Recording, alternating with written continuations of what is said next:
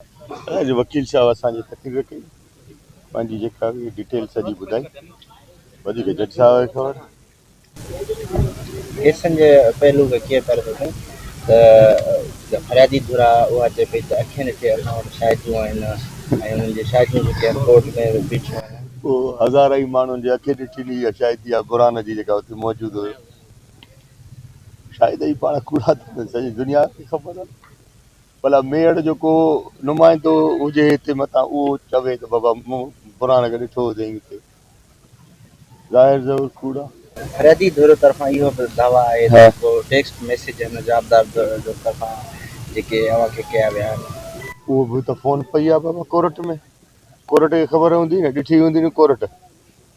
8 सालनि में जे कोर्ट न ॾिठी त मां कुझु नथो चई सघां मुंहिंजा बाबा। उहा फ़ोन कोर्ट में जमा थियल आहे, जेको टेक्स्ट मैसेज हूंदो उहो ज़ाहिर हूंदो, उन में लिखियलु कहिड़ी ॻाल्हि आहे।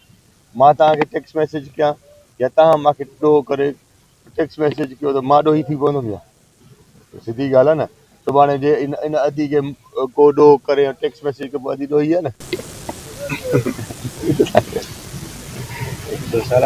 बस ठीकु आहे साईं, महिरबानी।